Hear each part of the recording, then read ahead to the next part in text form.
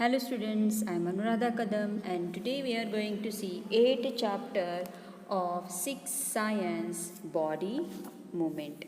In this chapter we will see the different movements in our body as well as the other animals. So let's see. Hello students, you just sit quiet, absolutely still and just observe the movements which are taking place in our body. So you must be blinking your eyes time to time. Observe the movement in your body as you breathe.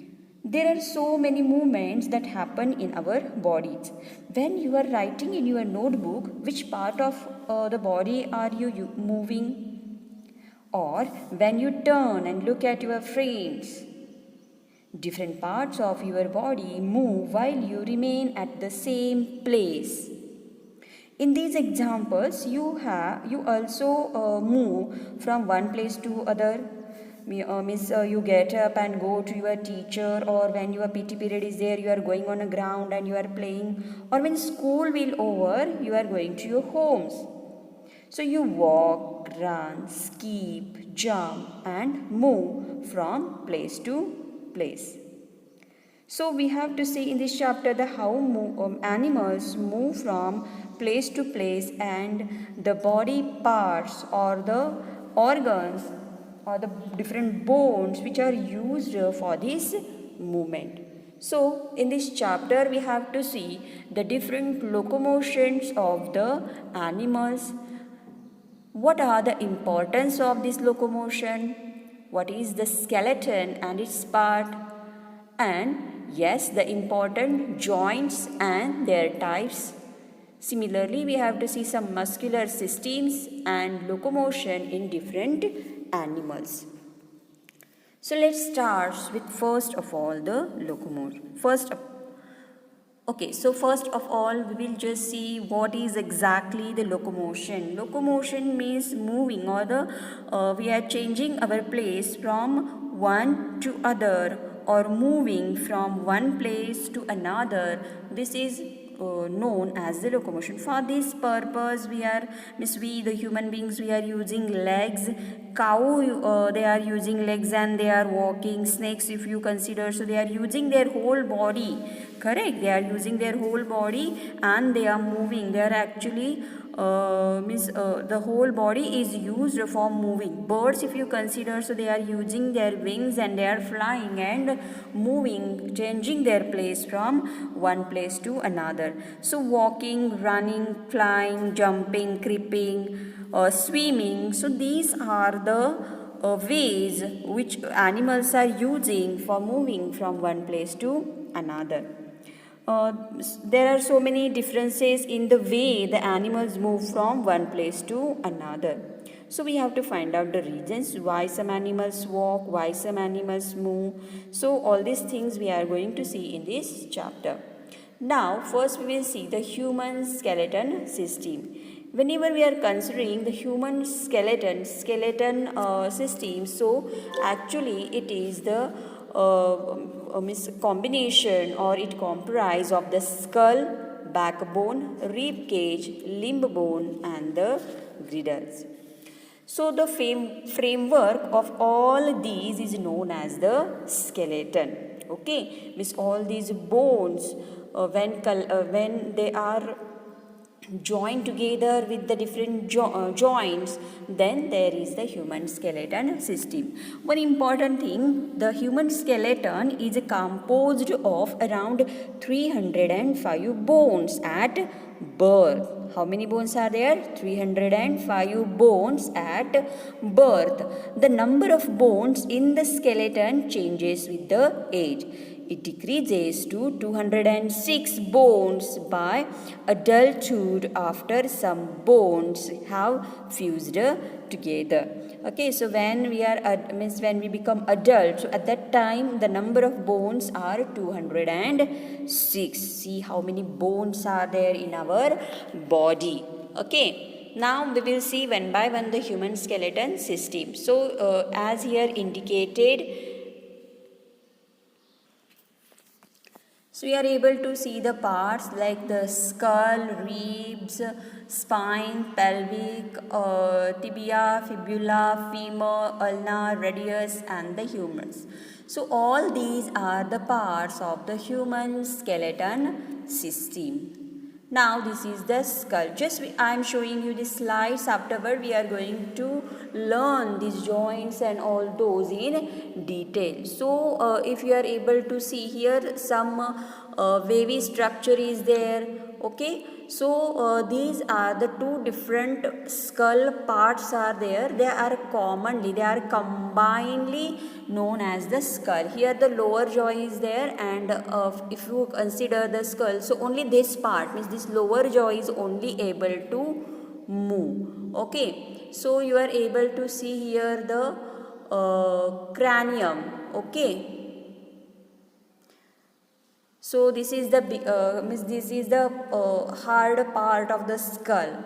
All these small parts, they are attached to each other, and the skull is there. You are able to see the hole for the eyes, okay, for the nose, teeth you are able to see, and the lower jaw only we are able to move. If you are putting your finger means near to where our lower jaw is joined, so here you are able to see the movement. When we are talking, only our lower jaw is moving. So this is the backbone. So the backbone is also known as a spine. So there are the number of vertebrae are there, and the cartilage. Okay, cartilage is the smooth or the slither bones are there. Okay, so these number of vertebrae are there. Again we are going to learn in detail this backbone. This is the rib cage. So this rib cage is nothing but the ring like structure. Here the ring like bones are there, and these bones are actually they are protecting the heart or the lungs or the stomach. Okay, some parts of the which delicate parts of our body is get protected by this rib cage. So these are the limbs. You are aware, we have seen previously in previous standard also, maybe you have seen.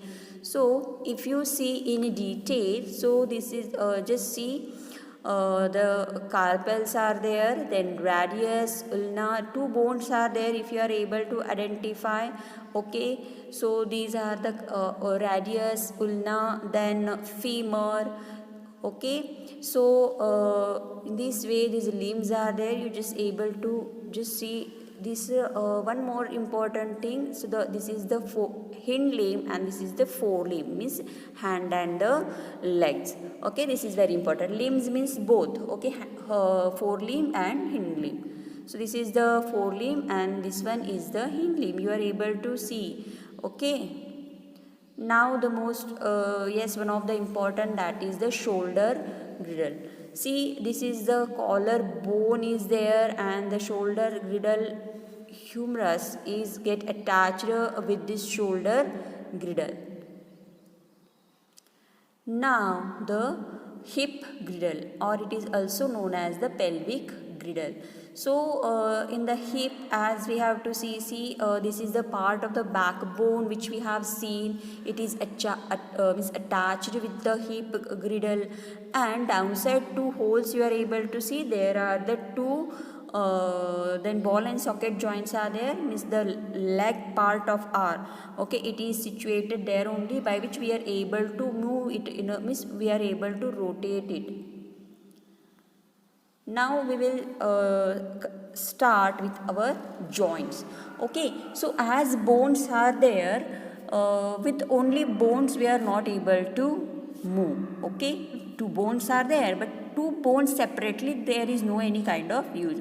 So to joint these bones, a separate special bones are there. They are known as the joints. Okay, as suppose in our water pipeline is there, so sometime so many time we are using the joints, and we are making that two pipelines together. So in this way these bones are attached with the different joints. ends of bones forming a joint is lined with a layer of tough and elastic tissue which is called as the cartilage. See why this cartilage are like the bone, but they are not hard as the bones, okay, because they are having the elastic tissues. So they are known as this. So they are different from the bone. They are known as the cartilage. What is the function of the cartilage? So it helps to reduce the friction between the bones during the movement. We are doing different kinds of movements, and at that time our bones are they get rub, okay, over each other. So to reduce this friction, the cartilage is useful. It is also present in the part of our upper part of ear and the front part of nose. If you just touch your ear from the down to up, you are getting it becomes hard. Upper side it is little bit more hard than our ear lobes. So why they are hard? Because there is the presence of the cartilage. If cartilage is not present, so they will be miss that much as that shape we are not getting to our ears, okay. It should be like like our the lobe is there downside, it should be like that. So in this way this cartilage is present in the ear as well as the front part of our nose. If you consider, if you just touch your front nose and you just move it, so you are able to move means you are able to feel the hardness of that bone. So that is the cartilage. Actually it is not the bone, it is the cartilage. Yes. Now see, there are the three types of joint: movable or immovable or fixed, slightly movable and freely movable. Okay, three types of joints are there: movable, immovable and slightly movable. One by one we are going to see. So the first is the fixed joint. So whenever we are consider the fixed joint, so the some joints between the bones in our head are different from those we have seen previously as the bones which we are able to move. Okay, so the joints which we are not able to move means in a skull you are able to see with the arrow it is shown the fixed joint, means these two bones are there, they are joined but they are not able to move, so they are known as the fixed joint. Okay, so whenever we are opening our mouth wider, so you can move your only lower jaw away from your head, isn't it? So if you try to move your upper jaw, is it possible? Obviously not, because our upper jaw and the rest of the head, which is a fixed joint. Slightly movable joint. Whenever we are considering slightly movable joint, so there is an example of the vertebra, okay, or the backbone. So see, if you touch your their toes without bending their knees, so just if you just starting from the neck, just move your finger downwards on the back of your friend. Okay, so you feel the backbone. Actually, it is made of the small bones which is called as the vertebra. This backbone consists of the 33 vertebrae. The rib cage is joined to these bones and the backbone was made up only one long bone. Okay, and if you tell to your friend just bend, so we are able to bend but not we are do what we can say any movement, or we are not able to rotate. So we are these bones, with this help of bone we are able to move slightly.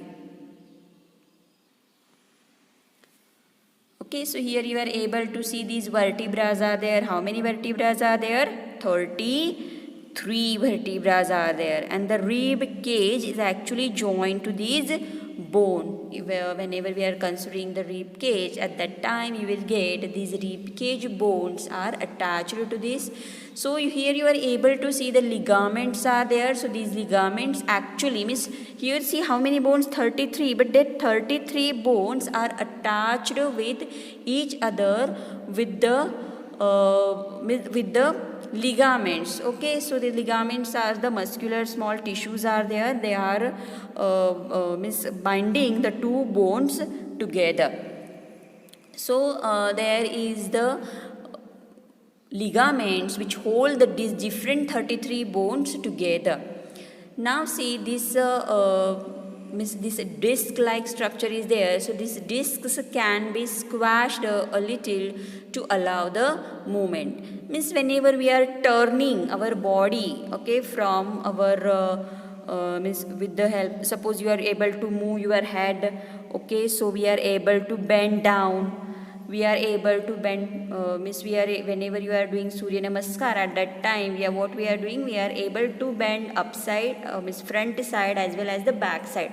But we are not, means we are trying to do back, we were trying to go more and more back, but at a certain step we are not able to move more than that. Okay, so the next joint is very important, that is ball and socket joint. So this ball and socket joint gets situated in the arms. So this round end of one bone is fit into the cavity, okay, which is a hollow space. Cavity is nothing but the hollow space of the other bone. And such joints allows the movement in all directions. So yes, it is like the ball, okay, here it is shown, it is like the ball. Okay, and another is the socket, means it is the cavity. So it is moving in the socket. So it is, the name is given as the ball and socket joint. So yes, it is in our shoulder as well as our hip, means our hands and our legs, they are attached to this skeleton with this ball and socket joint. Because of that only we are able to move our hand, or we are able to rotate our hand round and round. Okay, so where are these two joints we are able to see? At the hip, where our legs are, means our thigh bone, leg means our thigh bone is attached to this hip bone. Here you are able to see, okay, that this bone is like the ball like structure which is go in cavity and it is rotate itself. So in this way this ball and socket joint is there. Now the hinge joint. So you are aware the hinges in the door, okay, if you observe the hinges in the door, so you just able to move the door back and fro. Like this, you just observe the movement in your elbow, means just try to stretch your hand. How much you are able to stretch?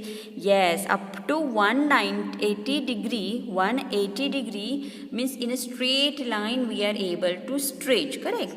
But after that downside we are not able to bend. We can take near to our shoulder and we can stretch out with the 180 degree. But more than that we are not able to move this bone. So these hinge joints are means like the hinges in the door. So yes, the different forms of the hinges are there, but some rotating hinges are also present. But this hinge is the typical hinge. Okay, in the elbow has the hinge joint that allows only a back and fro movement. And if you think some other examples, so yes, in our knees also there is a hinge joint, actually by which only we are able to move our legs only in up to 180 degree. More than that you are not able to move your leg. Now the pivotal joint or pivot joint. So the joint where your neck join the head is a pivot joint, which allows us to bend our head forward, backward, and turn the head to our right or left. So you just try the movements, and this movement is little bit different from those of our arm, which can rotate completely in the circle as it's the ball and socket joint.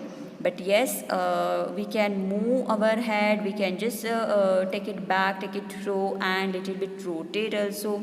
So this is the pivot joint or pivotal joint. So here you are able to see, we are able to move the joint, move the head, okay, or move the skull to right and left. Now the gliding joint. So you are if you see the bones of our hand, okay, so these bones of our palm, you are able to not observe, but you are able to feel so many bones are present. Okay, just here you are able to see in that round, okay, in the circle there is given the bone, or the arrangement of the bones in our, yes, correct, means ankle is there, tarsals are there. So these bones are attached with each other. So these small bones are there. Small bones are called as the carpals.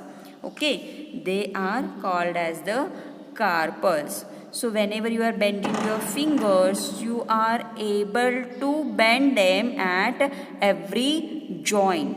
If you see, just try to check how many bones does your middle finger have, and feel the back of your palm. So it seems actually it contain, or it have many bones, isn't it?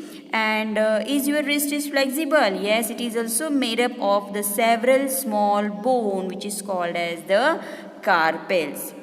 So actually what will happen if it has only one bone? We are able to pick up something. We are able to move our fingers. No, how we could move our fingers?